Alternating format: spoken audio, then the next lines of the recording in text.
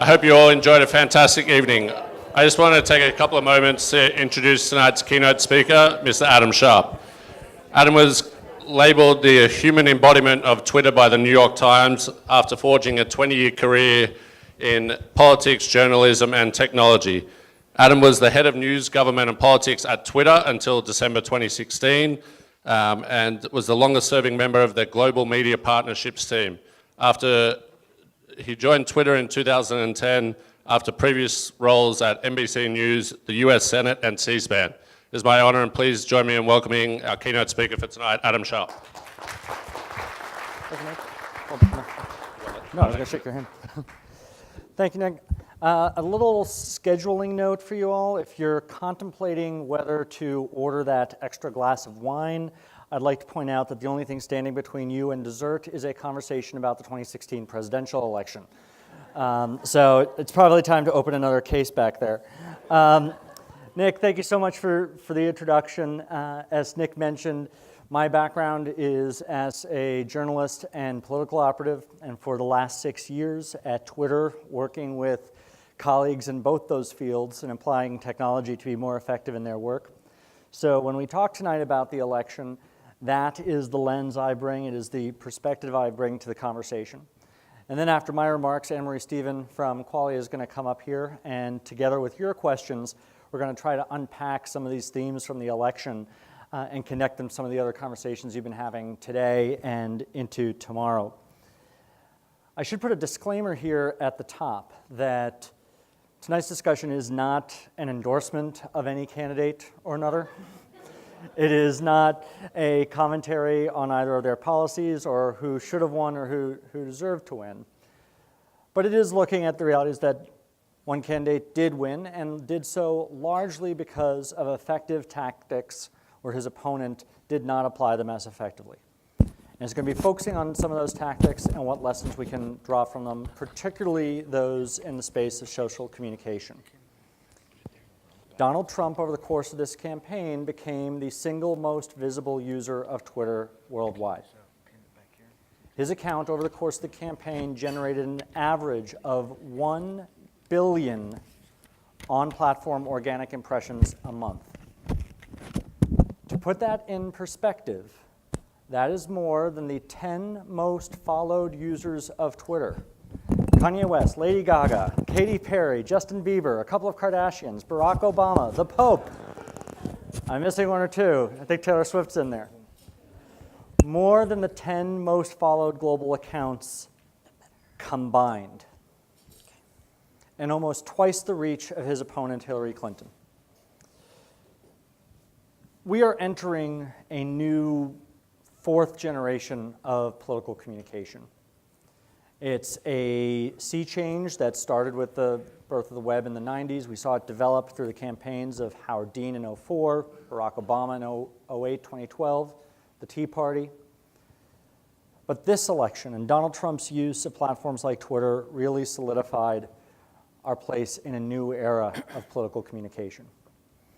And so to really appreciate how we got here and why it matters, we need to understand the history a little bit. The single best way to get a vote today is the same as getting a deal and is no different than it was 200 years ago or 400 years ago. It's the look in the eye, it's the outstretched hand. Hi, I'm so and such, I'm running for Congress, can I have your vote? But even Thomas Jefferson knew that doesn't scale to a country which at that time was just a couple of million people. It works just fine if you're running for city council and standing on the street corner, but not when you're trying to run for a nation of more than 300 million voters. So in the first wave, politics was actually very similar to commerce. It was all on the local level. Any goods or supplies, if you didn't grow or produce them yourself, you were buying them from someone who lived near you. For politics, you were being influenced by those around you. If you were hearing from the candidates at all, it was in the form of pamphlets being distributed by someone in your neighborhood. You never saw a candidate. You never heard them speak. This is a century before photography. Didn't even know really what they looked like except for some line drawings and paintings. Everything was the influence of the community around you. Fast forward. The American Industrial Revolution brings us the railroads. Makes us more interconnected than we'd ever been before. Commerce comes to the doorstep with the emergence of the first mail-order catalogs. People can shop from home and have a product come from Chicago or New York to their front porch. Candidates started barnstorming across the country. Other candidates started bringing voters to them. 1896, William McKinley bought train tickets for over 700,000 supporters to come to his front yard in Dayton, Ohio, and every day he'd walk out to his front porch and give a speech, and the press would cover the resounding response he got from these supporters he'd tracked in that day. To put some sense of scale on that number, that represents 1 in 10 voters who voted for him in the election that year. Imagine if Donald Trump had bought plane tickets to bring 6 million people to Trump Tower to hear him speak. In fact, I think now with some of the protests, he may hit that number by the end of the year. With radio and TV, we passed it to a third generation. The last whistle stops of FDR and Truman faded into the horizon, and now our candidates were being packaged like our products. 30-second spots, identical from coast to coast. What we lost in the interim was some of that sense of immediate contact. The process was being wholesaled, so instead of hearing from our neighbor who was as active as they were before, now the message was coming directly from the campaign from a studio in New York or LA or Washington. Virtually indifferent from the other stars on prime time or the boxes of soap sold in the commercials. Over this time period, we see retail shift away from the small mom and pops to the big boxes, the chains, online shopping. And as this continued, all of a sudden technology started to have a magical impact. Now these online retailers where we'd all gravitated to these big national and global brands where we were shopping from, losing some of that local connection the same way as we'd lost the connection to our elected officials. Now Amazon reshuffles the racks of the store for every customer. Instead of going into Blockbuster and perusing the new releases, Netflix has a shelf of recommendations just for us. Instead of seeing what an editor chose for the front page of the New York Times because they want to make sure we eat our vegetables, we're getting our news from social networks and algorithms that are deciding, well, what do you want to read? What will you agree with? What will you like to read? And so in every aspect of our consumer lives, we began to get back some of this apparent personality, this sense of direct interaction, that even the biggest, most global corporation could still be that waiter who always remembers your drink. Same time you see technologies like Facebook and Twitter emerge. Twitter being at its core a real-time, distributed conversation, connecting disenfranchised communities to each other for the first time around common ideas. The Tea Party, the Arab Spring, the protests we saw in response to Donald Trump's election. Into this environment enters Donald J. Trump of New York. And his recognition, honed through years of being a television personality, of some of the core pillars of effective social communication: engagement, immediacy, relatability, relevance, and diversity. I'll start with engagement. There have been a number of studies that have shown that when you ask someone in a poll, who are you going to vote for on election day? The single greatest predictor of if that person will actually turn out to vote for that candidate is the follow-up question, have you ever met them? It's no wonder we feel like a lot of our public figures are out of touch. Most voters have never touched a candidate. And over the last century, that's even dwindled. They're crisscrossing and going to some states. A full third of residents of New Hampshire have met the president. Full third of the country, he's never even been to their state. And that is true on both sides of the equation. Now, Texas Tech did a study a couple of years ago where they looked at engagement on Twitter, and they discovered when a voter gets a retweet or a reply or even a like, at that time it was a favorite, sorry about that, from a candidate on Twitter, that little piece of engagement had the same level of impact on voting behavior as meeting a candidate in person. In fact, that little piece of engagement from a candidate's Twitter account had more of an impact on shaping a voter's choice than the opinions of their own friends and immediate family for most demographic groups. The implications for organizing and constituent service on the political side and for customer service on the brand side are immense. The power of that little touch, that little bit of outreach, that little "I heard you," which is usually what Donald Trump does. He doesn't deeply engage with voters. It's usually just a retweet. But that "I saw it, I read it" acknowledgement has a massive impact. And a lot of these private interactions are now public. This isn't a phone call to tech support or a letter to your congressman where if you're unhappy with the result or thrilled with the result, you might tell a few people over the dinner table that night. These interactions are more like standing up at a town hall where good or bad, they can go viral in a heartbeat, and thousands of people see how that interaction plays out and reward or scorn accordingly. Perfect example, Barack Obama on one of his earliest Twitter town halls. These were periods where the president would usually give a surprise announcement, a tweet from the White House or later at POTUS account saying, "I have a break between meetings for 20 minutes. Who has questions?" And he'd go into the Roosevelt Room or the Oval Office, be put in front of a laptop, and get to as many as he can. And later they'd release a YouTube video of it. One of his earliest ones, this probably was around 2012, 2013. He's sitting there, he's been answering some questions, and in the video, there's a point when Corey Schulman, his social media director, says to him, "Now, Mr. President, if you hit up there where it says 37 more replies, you can bring in some more questions to choose from." And he says, "No, there's this one question from Michael. It was a question on tax policy. It's a good question. It deserves an answer. I want to write back to him." And he gets down to the keyboard and starts typing. We have no idea who Michael is, but we can make some guesses of that experience.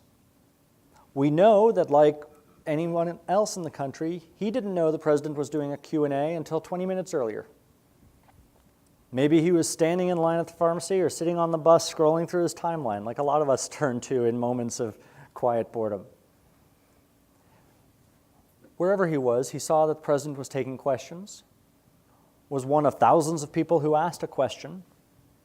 A few minutes later, he gets a tweet from the President of the United States responding to his question, a question that was actually critical of the president's policies.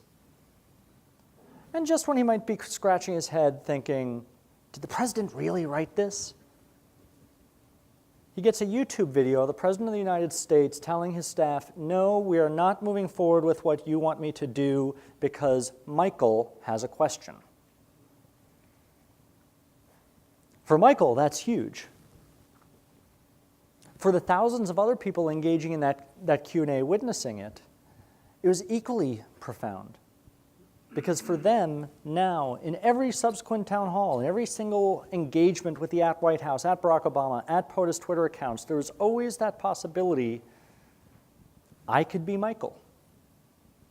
Because this is a president who answers our questions directly.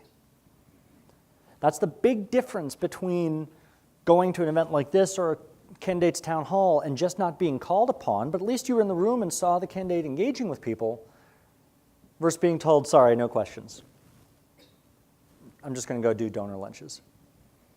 The same thing is true of brands. And you see it play out each and every day when, in the hospitality sector, Anne-Marie and I were talking about this last night, does this very well.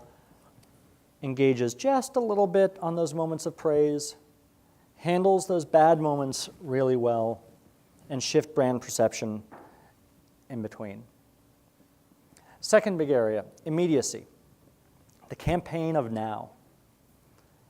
A generation ago, our perception of the presidential campaign, chronicled in books like Boys on the Bus, went through a very distinct process. All these events would happen over the course of the day. They'd stack up. Reporters would start bouncing around what they were going to write. The candidate's staff would push back a little bit. There'd be some negotiation. Around 6 o'clock, deadlines hit. And that's the take on the day that hits everyone's doorstep the next morning. And your view into the presidential campaign was almost 24 hours old. Or when the evening news started coming, maybe a few hours old, but reduced to a soundbite. Cable news started giving us a perspective. But now, for the first time, if you're inclined, you can go to any rally, any protest, any debate, and live it through the eyes of another voter just like you from the front row. In several primary debates this year, you could actually participate. There was a Democratic primary in Iowa, debate in Iowa. CBS News hosted it, and they said they'd take questions from Twitter along the way. Hillary Clinton was asked a question about taking donations from Wall Street, and she defended it by saying she'd done a lot for Lower Manhattan after 9/11.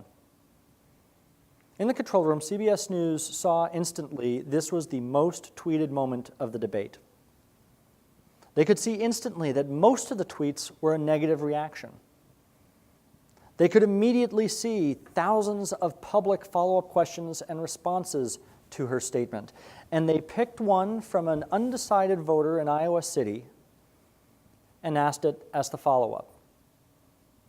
From her first answer to looking at the tweet per minute data, to looking at the accounts, the questions, doing some vetting of these to make sure, okay, it's not someone who's donated a lot of money to one candidate or another. Everything top to bottom, 8 minutes. That follow-up question was presented to the candidate, who could not escape, as she had in a previous debate on a similar question, by saying, oh, that's just a media fascination. Because now the question was coming from a real voter that we found out the next day was sitting in Iowa City in his pajamas, live tweeting a debate for the very first time. For 50 years, we have watched televised debates between presidential candidates on television. And for 50 years, we've by the millions yelled back at the TV screen. And that night in November in Des Moines, Iowa last year was the first time one of those yells got heard on stage. This immediacy of the campaign changes the paradigm entirely. Donald Trump recognized that and decided to play to that audience as opposed to the infrastructure-laden press corps. Knowing that there's 100 people sitting here in front who are broadcasting live and telling the story of this debate or this rally live, and who are supporters of mine and telling a positive story. I'm going to play to them instead of the pen of 100 people further back who might not be as kind to me and who have to run back to their satellite trucks and pick just what excerpt to talk about. The third element, relevance. Humans, by our nature, aren't single-dimension beings. We have multiple interests. Sure, during the day at work, we might be focused on one. At home, that interest focuses on something else. It might be music, it might be sports, it might be our families. We become inherently distrustful when we run into one-dimensional people. The person who is just so focused on convincing you of that one point or that one sale or that one product.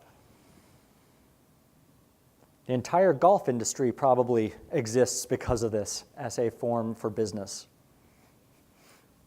The public speaking classes that tell you, oh, you have to open with an icebreaker, comes out of this same psychology. And so candidates, though, are trained, stay on message, talk about only one thing. a complete departure from what people are taught in every other field of speaking, business, and entertainment. What we've seen over the last few years, when you've put devices in the hands of these elected officials, there's several senators, for example, who don't even give their password to their staff because they see Twitter as their way of busting out of the staff bubble on Capitol Hill. When you give them this device and allow them to be themselves, they wind up being more effective communicators. Claire McCaskill, Democratic senator from Missouri, got up one morning and tweeted, "I am sick and tired of looking and feeling so fat." I guarantee you that tweet was not market tested or run by her press staff. Ahead of some big game, she tweeted a picture of the very large glass of scotch she'd prepared to consume while watching the game. A conservative Republican congressman from Florida happened to be a hip-hop aficionado. So, in addition to tweeting about the various issues before Congress that day, he hops a plane from DC back to his very white, very conservative, very Republican district and spends the flight live tweeting his review of a new Jay-Z album. And then goes back and forth tweeting with Jay-Z about important moments in hip-hop history, going back to the late 70s and early 80s. And the list goes on. And the one thing that is consistent through every elected official who adds some of this personality to their tweets, and is consistent of every journalist who adds some of that color to their tweets, is that when they do so, the engagement on the politics tweets, the engagement on the policy tweets, the engagement on the news tweets goes up. This is true in every country. It's true for Republicans and Democrats, conservatives and liberals. Because now that voice is not just another Max Headroom talking head on TV, it is someone who watches what I do. They're drinking what I'm drinking. They're as angry at the quarterback as I am. And when you have that brief pause for humanity, it creates a much more open window for the marketing message or the policy message to follow. Now, with Trump, he adds that diversity. He also recognizes how that intersects with the timing and the immediacy to generate relevance. You've seen people in the last few weeks try to correlate the president's tweets to what he was watching at that time. He'll tweet a response to something and it'll turn out that, oh, that was being talked about on O'Reilly just 5 minutes earlier. And some have dismissed it as being unpresidential. I'd submit that it's actually quite shrewd. We've had more than 200 years of presidents putting out statements responding to Department of Labor studies and GAO reports. How many Americans do you think read Department of Labor studies and GAO reports and are sitting there at 11 o'clock at night saying, I wonder what the president thinks about that? He's going where the audience is. The same way as at this cocktail party we just had. You probably had more luck if you're walking around the room and found a conversation you had something to contribute to than if you just opened the doors, stood in the corner and said, I have something to say, and eventually they'll come hear it. Go where the ball is, go where the audience is, and you'll discover new audiences and one more receptive to having a conversation. On the other side, it's no surprise that one of Hillary Clinton's best days on Twitter in terms of follower growth was during the Super Bowl 2 years ago. She tweeted something along the lines of, it's nice to see someone else get blitzed and sacked on Fox. Good tweet. But that got it into the trend. People responded to it. So those who were following hashtag Super Bowl saw this tweet from Hillary Clinton. And up to that date, it was her single biggest follower growth on Twitter ever, eclipsed only by the day she announced she was running for president. Do you think there was a Hillary Clinton supporter on Twitter who didn't know Hillary Clinton was running for president or might have a Twitter account? No. But there were voters who had not curated their Twitter stream to be about politics. They might be a supporter over here, but Twitter is their channel for news, or their channel for sports, or their channel just for following pictures of their grandkids. By crossing those streams and entering that Super Bowl conversation, she introduced herself to an audience that was ready for her message and simply not opened the door to it yet. So these 4 pillars, engagement, immediacy, diversity, and relevance, like any architectural pillars, all act in unison to hold up one fundamental capstone, and that is authenticity. That is where Donald Trump won 2016 on Twitter. It's where you can argue he won 2016 off of Twitter. When I was still at Twitter back in 2013, we did a study where we asked people their reactions on tweets from politicians, 3,800 political figures from around the world. And we're trying to find correlations to what causes engagement, and some were predictable. You tweet a photo, it's going to have more retweets than if you tweet text only. But one question basically gave us the 3 most important findings of the study. Do you believe this candidate tweeted it themselves? If the answer was yes, it was the single greatest predictor of a retweet of any metric we studied. And this was true in every country we sampled. If the answer was no, I think a staffer did it, it was the single greatest predictor of an unfollow. Just the same way as in all these other aspects of life, we've come to accept this sometimes AI-driven and fake, but this sense of individual connection that we simply won't accept it when it sounds like a staffer and not the principal. The third big finding to come out of this, those of us who worked with the political figures actually had a pretty good idea of who tweeted themselves and who had staff doing it. And you know what? The users nailed it. Even when tweets were written in the voice of a candidate or an elected official, people just knew what was genuine. And as a result, they forgive a lot. One of my favorite accounts on Twitter is Chuck Grassley, 83-year-old Republican senator from Iowa. Not what you immediately think of when you think core demographic for the platform, but he's phenomenal on it. He's known for his frequent misspellings, occasional double entendre where he's the only person who doesn't know how blue his tweet is, rants against the History Channel, and the occasional live tweeting of hitting a deer on the highway, #AssumeDeerDead. The account is amazing. But it caused some shakiness for staffers. So they go to a focus group in Iowa and they ask the question, does it bother you that your senator can't spell? And the resounding answer from the focus group was, it's how we know it's Chuck. And in many other cases, you've seen that when it has been the result of coordinated effort by staff and there's a mistake on an account, the public reaction is always much harsher than when it is the candidate themselves. Almost the exact opposite of almost every political scandal we've been used to up to that point. Because we're now in an age where that individual connection and authenticity is rewarded. And that is one of the most critical things to appreciate to understand 2016. Now note, authenticity and truth do not necessarily mean the same thing. In this election, we had the 2 most unpopular presidential candidates in American history.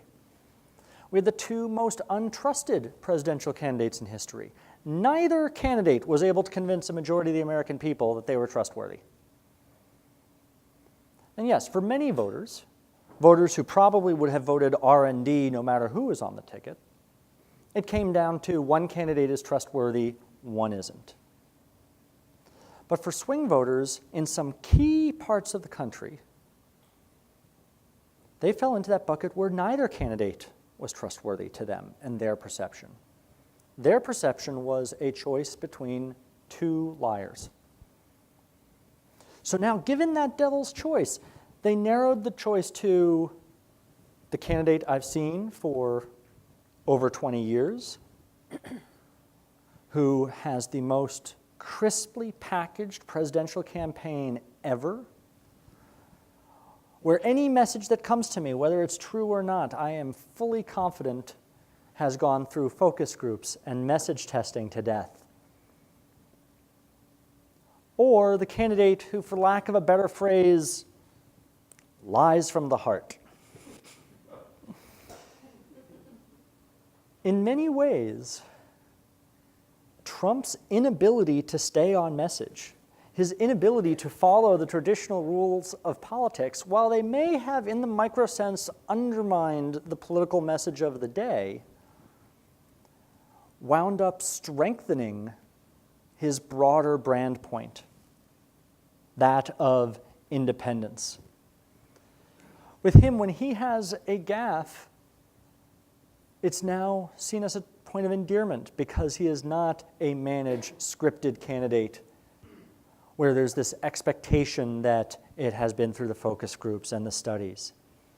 A downside of the cynical take of House of Cards and Scandal, and on the business side, even The Apprentice, is that when you start telling enough people, this is how, in the worst case scenario, politics or business can be,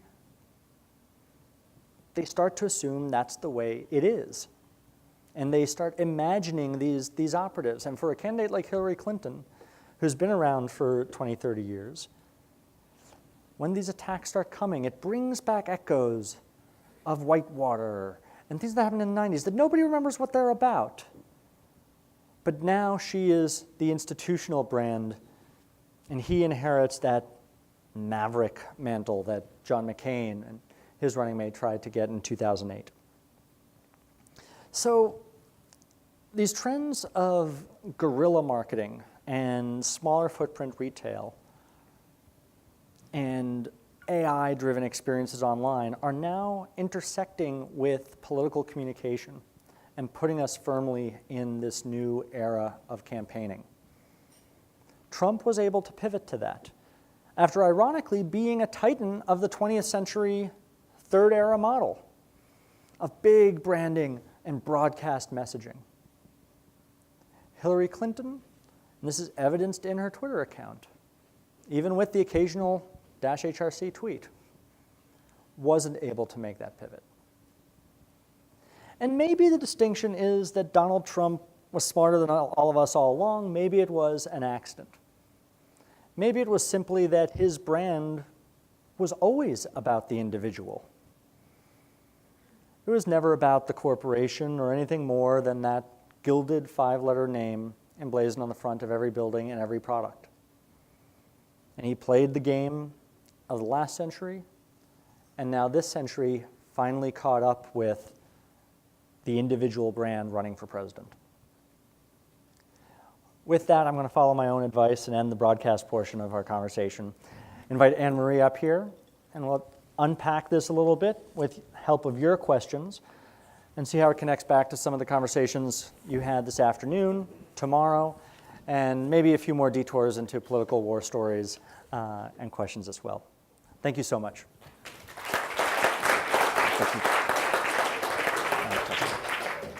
Okay, so that was pretty painless, right? Was anyone nervous? Like it could have gotten, right? So we'll keep it tempered but fun and lighthearted. So Adam, thank you. I had the great privilege of having dinner with you last night, so we got to chat about a lot of this, and we could have probably been there for a lot longer, but they did kick us out. They did. So, there's so many things that are very parallel. I took a page of notes because I hadn't heard the presentation, but, I don't even know where to begin. I think I want to start with, when we speak to the themes I hear you saying a lot of, I think we talk about authenticity, and I wrote humanity, and then later you mentioned humanity. So that was one of the things I wrote down. And I think what has happened with technology, there's so many awesome things that have happened. One of the things, though, is that it allows us to communicate, which is great. We can communicate at a high level. We can communicate easily, quickly, immediacy that you talked about. We can communicate with whomever we like, really, whether they're at a high level, previously inaccessible, now they are accessible. But what has shifted the conversation, what is missing is that sense of community that we talk a lot about in the physical world too, is that people are looking for community and they find communities online, they find them in the physical world, and creating that. And I think where we're at now, and what maybe he has successfully done, is really capturing that humanity. It's the language of which we need to now learn and master via technology, because it separates us physically, yet it brings us together, right? I think that's true, and zeroing in on that term community for a moment, I think a lot of the trends we've seen in recent years, politically speaking, both domestically and globally, are because of that. Our politics, up till a few years ago, were very geographically defined. The Tea Party voting bloc didn't come out of nowhere, but they were pretty distributed. And so in any county, in any congressional district, for the most part, the more traditional Chamber of Commerce end of the Republican Party was dominant enough that there was no ground organization for this more independent streak of what became the Tea Party, many of whom could just as easily have become Democrats, by the way. What Twitter allowed was, by having a network that was based around ideas and not off-platform connections, which I think has become less of an important distinction now as each of these platforms have become mature. But when you rewind, let's say 5 years, 6 years, 7 years, was a critical distinction. Facebook had to be a bilateral relationship. This was before Facebook pages. I friend you, you have to friend me back. LinkedIn, we had to work together. If I didn't check that box, I need to know your email address. And so it wasn't really a great organizing tool beyond the people you're already organized with. But Twitter, on the other hand, all of a sudden, you could find other people who shared those ideas. And now those connections formed across state lines, across county lines. And now with that organization and that infrastructure that the main party apparatus had, the Tea Party had a voice at the table. And this is the same dynamic you saw overseas in the Arab Spring, where you have almost the exact same dynamic, and add the fact that Twitter was the only platform that allowed anonymous accounts. And it was a platform that degraded well, doesn't need a smartphone. You can do it via text or a satellite phone, and therefore was the hardest for regimes to shut down. Piece of cake, right? Sure.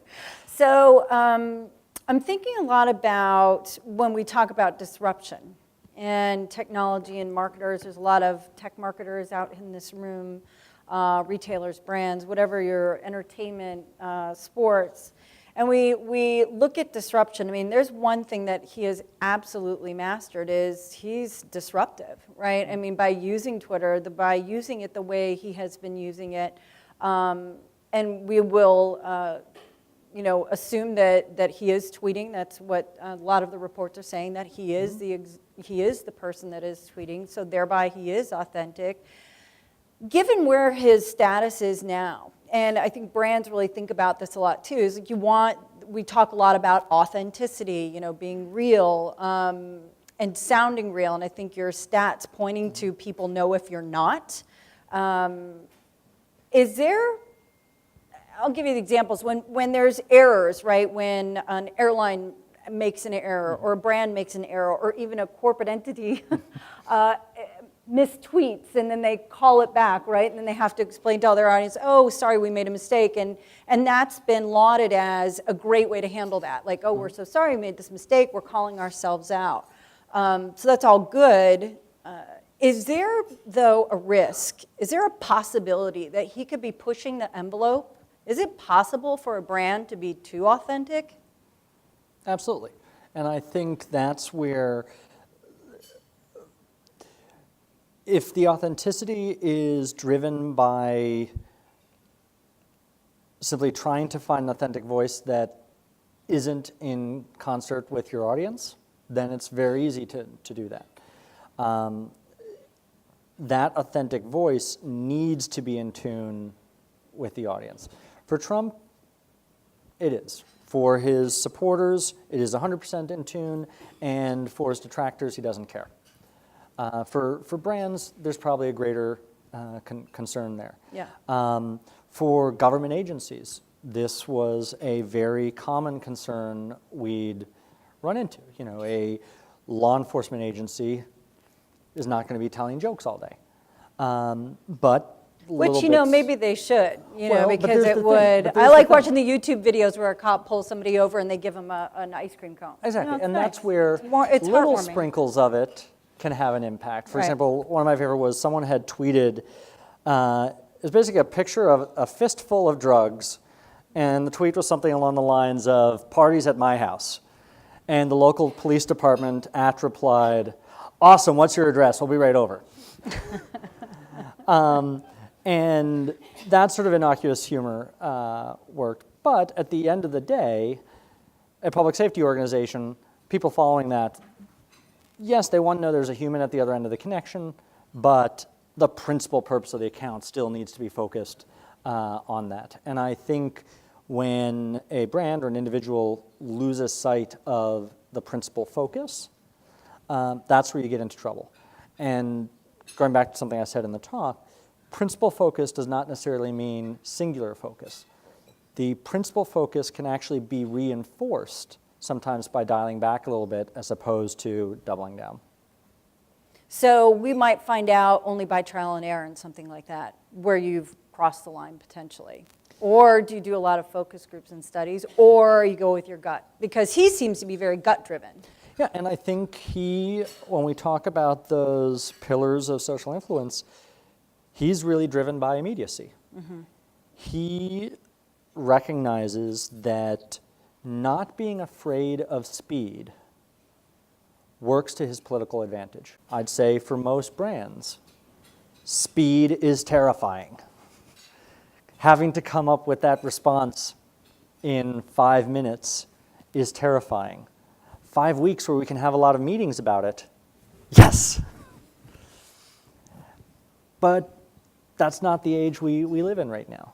And right now, speed particularly wins out, especially if you are a public figure or entity that deals with the press. Because the press has long moved past that 6 o'clock deadline. And the typical reporter is filing multiple stories a day. They're expected to tweet, they're expected to blog, they're expected to record the podcast, do live hits for a network, and just constantly be on a rolling deadline. You walk into a newsroom now, it's more often than not 3 screens on a reporter's desk. One screen with TweetDeck, where they're monitoring Twitter, one screen in the middle where they're writing their story, one screen where they're getting the AP wire or anything else they're looking up. And that's how the story gets formed. When I would meet with members of Congress, very early on, there was a sort of the first baby step to using Twitter for most political figures is we're going to use it to send out press releases. The same way as for most news organizations and brands in many cases, the first tweets are always headline, link, headline, link, headline, link. The recipe, by the way, for killing all engagement on your account. And I would ask these offices, well, don't talk about the tweet for a moment.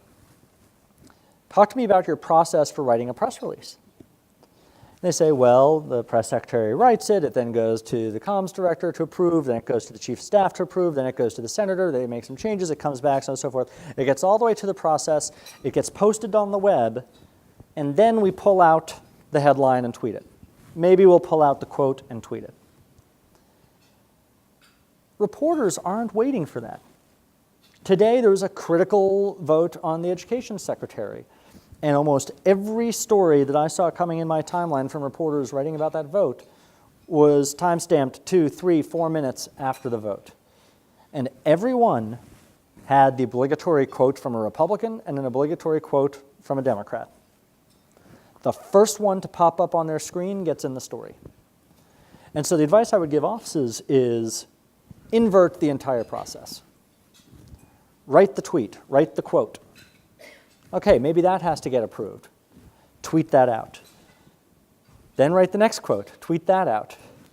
And build the scaffolding of the release through your tweets. And then at the end of the day, at the wrap-up for the archive, you take all those tweets, you slam them together, and boom, you have a release. The Associated Press has been doing this for decades. For any of you who ever monitored the AP Wire during a breaking news story, what happens? AP alert, plane crashed. AP alert, second write-through, plane crashes in whatever city. An hour later, you're up to the 17th write-through as the story is developing in front of you, one line at a time. And every senator, every member of the House who switched their procedures that way came back and said their press pickup increased twofold, threefold, 10 times. You know, and I think and it's really about storytelling, right? So that's social media for storytelling, which I think you might be hearing some about tomorrow, and there's some sessions on that. So looking back at some of the things you mentioned, the parallels are really uncanny and make sense, right, in terms of the relationship of the political arc we've seen in his historical political arc in comparison to what the retail and commerce political arc being starting local. Then it went big in mass, essentially, right, reaching most people. Now we're sort of a hybrid of those things, right? We're trying to personalize at scale and really reach people in the time and place and where they're at. And speaking to personalization, context, relevance, immediacy, that's all balled up into one. And I think oftentimes we think about as marketers and commerce-driven folks, retail, brand people, is that mobile is the channel for that. And there's loads of channels. And one I would argue too, as we talk about local, this is the time of the mom and pop shop. We do see in the retail world, and I don't have to tell everyone in this room, you know, the retail giants that are shuttering their doors by the hundreds. Because there's access in all these other channels that are digital. But it's really important, I think, to not overlook that physical connection with whatever medium you're operating in, because now it's the hybrid, and we see even pure play digital creating a physical presence. So the physical presence being also in the time and place and accessible to people in the flow of where they are. And I'll give you a quick example. I was just talking about this at dinner, but there's a great mall that my company is doing some work with in New York City. It's in the subway at Columbus Circle. Some of you might have seen it. And it's called Turnstile. You've been there. And it's 2 blocks. And 10 million people go through this 2 blocks of tiny footprints, highly curated, very cool feeling place where people are going to hang out. So that is in the subway, and this is common in Asian countries. They've redeveloped and repurposed. We see, and it's highly curated, so big brands are in there, Starbucks, Dylan's Candy Bar, you know, things like that. And then also very highly curated local brands that are there. So they've created a marketplace in the place where people flow. And so one of the things I would challenge this room is to think about places like that. So it's not just limited to mobile and digital, that our physical world is an important piece of connecting those dots as well, right? Yeah, and I think in politics, mobile has been critical this cycle, particularly for millennial voters. If any of you still watch your local news, you will not see any commercials, if you're in a swing state, in the month of October that are not campaign commercials. And the reason for that is pretty clear. You want to put the ad where people are engaging around that issue. People are watching the local news, they're seeing coverage of the campaign. That's where you need to hit them. Millennial voters, they're getting their news while walking on the subway, looking down at the phone. It's been a particular challenge in politics because until very late in the 2016 cycle, you could not take political donations through an Apple App Store app. So even if campaigns had apps or were engaging through native units in Twitter or Facebook or elsewhere, there had to be a sort of kludgy push to mobile web. Apple's starting to mature on that, but it's being driven more on the charity donation side. And there is that need where the ultimate fulfillment, there is no digital alternative for right now. While in retail, yes, you'd like to get the foot traffic in the store, but if they come to your mobile app and buy the product there, that's probably just as well. There is no digital destination to drive a campaign to drive their audience to. You need to drive them to a polling place. You need to get them to not go to work one day and stand in line potentially for hours for no compensation other than feeling like proud Americans for doing so. That is an extremely hard conversion. And where I think a challenge for Hillary Clinton this year was she was very good at that first touch engagement, particularly through mobile web and that sort of base activism, but in some key places they just didn't get up that Tuesday morning and go to the polls. And brick and mortar thinks they have problems. So that is a challenge. So we have some time for questions while we're up here, and Adam is available. So anyone that has an interesting, yeah, right here. And we have a microphone too, so Nick will bring that for you. Hello. In terms of your perspective, and it's a fascinating one, while the election was going on, could you confidently predict who was going to win, kind of like a Michael Moore style? And what was your POV on who was going to win, whether right or wrong? In the primaries, I was pretty confident pretty early on that it was Trump. Looking at Twitter data internally. Primaries especially are just an excitement level measure, and that was translating. And it was patterns similar to what we had seen in the summers of 2009 and 2010 from the Tea Party, where in 2009, opposition to Obamacare wasn't polling as a top 3 issue. For most in Washington, I had just left Capitol Hill at that time. It was like, okay, yeah, the Republicans are stirring up, but out in real America, nobody's worried about this. But it was the #1 issue among conservatives on Twitter. And members of Congress went back to town hall meetings in their communities that August and ran into a buzzsaw of protests. Because the voters who turn out to a town hall in the dead of summer in a non-election year are the same ones who are tweeting about politics every day. Measuring that likely voter versus registered voter is one of the most difficult things in poll modeling. And I would have a belief that if you're tweeting about every day 10 times or more about politics, I am pretty sure you're coming to the polls on election day. And so it is a sample of that very heightened and engaged, reliable voter. And so in the primary, I was pretty confident about Trump. Going into the general election, I thought Hillary was going to win, even though all my Twitter data was pointing toward Trump still.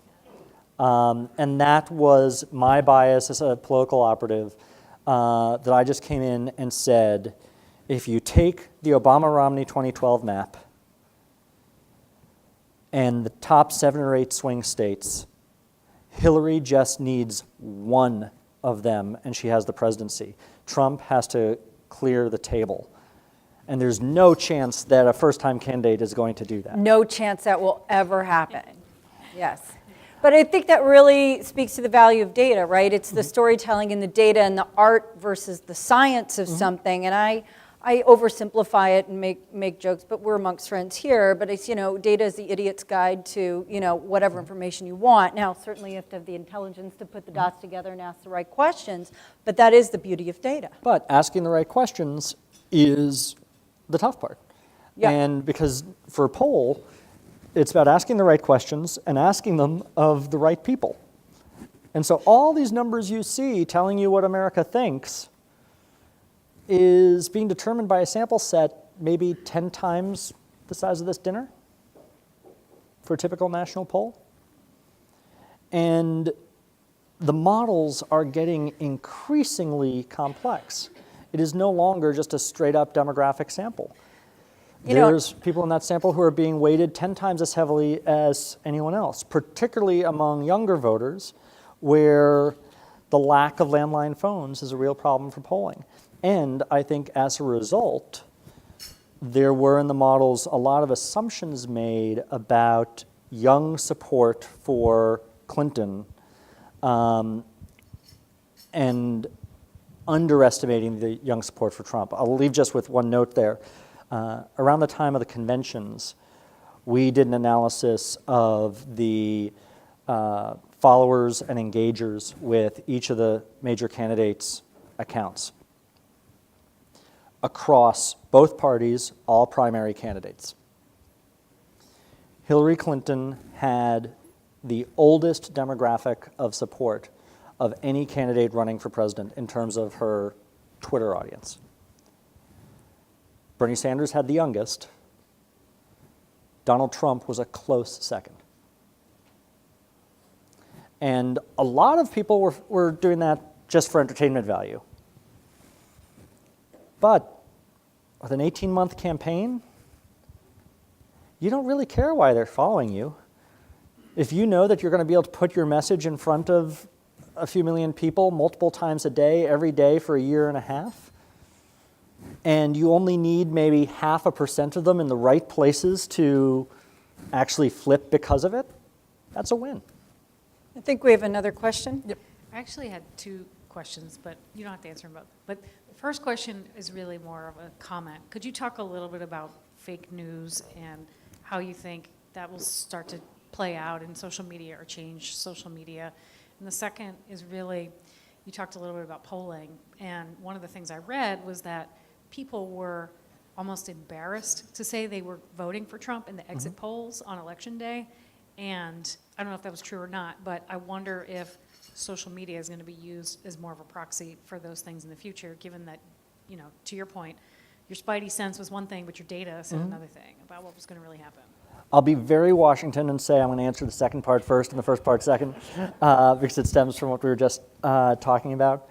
The effect you're talking about has many words or many names. In the UK, if there are any Brits in the room, it's called the shy Tory effect, where people who vote Conservative don't like telling pollsters they're going to vote Conservative, so Conservatives tend to overperform.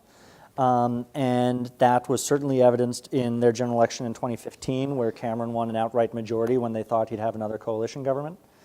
In the US, we've talked about the Wilder effect, which was Governor Wilder of Virginia, African-American candidate, where his turnout wound up being much lower than anticipated because people didn't want to tell the pollsters they were voting for the white candidate over the African-American candidate.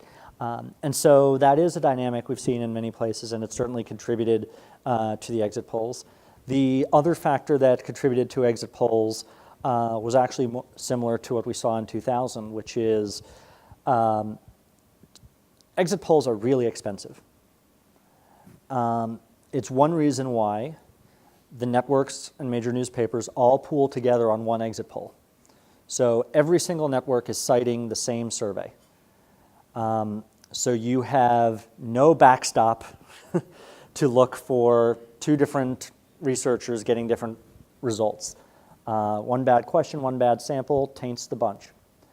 And they're also only paying attention to a few dozen precincts around the country and making assumptions about all the rest. In 2000, the assumption was Miami-Dade is going to stay solidly Democrat. And nobody thought, oh, wait, but we just shipped Elian Gonzalez back. which is why they called Florida for Gore, and then Miami-Dade came in more Republican, and they had to pull it back. A lot of assumptions were made by pollsters that were congruous with the assumptions made by the Clinton campaign as to how Rust Belt working class voters were going to perform. And they were just not a big enough part of the sample to tell a good story that night. To your first question, well, just to finish that point, on Twitter, I think you do get a leveling factor there. Twitter is not going to replace polling. I think Twitter can make polling better. You look at Nate Silver's models, for example, that are all based on polling and some economic factors. By my back and napkin work, every one of his models would have been more predictive if he'd included Twitter data in it. Twitter data is not susceptible to asking the right question because it's just the answers people are volunteering. Polling right now dramatically undersamples people who don't have landlines and mobile users. Twitter dramatically over-indexes for those. I think long-term you're going to see models where they take an approach of, for each individual you need in your sample, what is the best way of reaching them? For this voter, it's a knock on the door. For this voter, it's a phone call. For this voter, it's monitoring their social activity. And finding more efficiency. Most campaigns do weekly tracking polls. They go in the field Tuesdays, you get results on Friday. Why do we do that? Because we always do that. Well, if the social data is showing that nothing has changed since last week, why are you spending money putting a field poll out on a Tuesday? Save that money for when the canary in the coal mine shows, whoops, something just happened on a Monday, field it now. On your question on fake news, there certainly is a filter bubble effect on all platforms. By nature of the algorithms, I think Facebook was in the most difficult position here because their algorithms were most squarely focused on what will you like. Twitter's algorithms were focused on what's most recent. But as Twitter started to add more relevance algorithms and so on, it started having the same challenges. And it opened up an environment for snowball effects where you could have a team of kids sitting in Romania creating 1,000 fake articles and targeting them to the right people who just want it to be true so much they hit like, and next thing you know, it takes off. There's a really interesting project right now that Google, Facebook, and a few other organizations have partnered on in the French election, where people can basically, in their interaction with a story, rate if they believe it's true or not, and that then feeds back into the clients, so you start seeing this has been rated true or not. We talked about brands becoming more national. That happening on the news front has been a challenge. The number of sources has gotten smaller. We don't have the same local news sources we used to. That's also had the effect, by the way, of now we get our knowledge of Washington from national media as opposed to local media that's beholden to covering our members of Congress, our senators, which means the perception most Americans have of politics is no longer through the lens of their representation, but of the national leaders, of which there's only one. And that has shifted a lot of the power from the legislative to the executive when it comes to the bully pulpit. I'm excited by investments in local news, recognition of, even if it's not for-profit businesses, but seen as a community value, because I think that's what's going to have enough of the relevance to help combat some of the fake news and also bring some of that bully stick back to Congress, which is the counterbalance we've been provided to the executive branch. So with that, we're going to wrap this up. So what I heard tonight was engagement, immediacy, diversity, relevance, authenticity. And the other thing that I heard was disruption, disruption, disruption, and we've seen it demonstrated time and time again. And the Super Bowl was another one of those. I'm a Chicago Cub fan, so we've seen it there. But Bears. Yeah, and the Bears. But in all seriousness, I mean, really the playbooks of the past, whatever they are, whatever industry you're in, they have to be thrown away. We are in an absolute new age. It's been verified more than one time. So just know that whatever we were doing in the past, whatever it is not an indicator of future success. We have to create the future that doesn't exist yet. So Adam, thank you very much. Thank you. Thanks, everybody. Have a good night. Thank you so much, Adam and Anne-Marie, for a fantastic keynote. We could have kept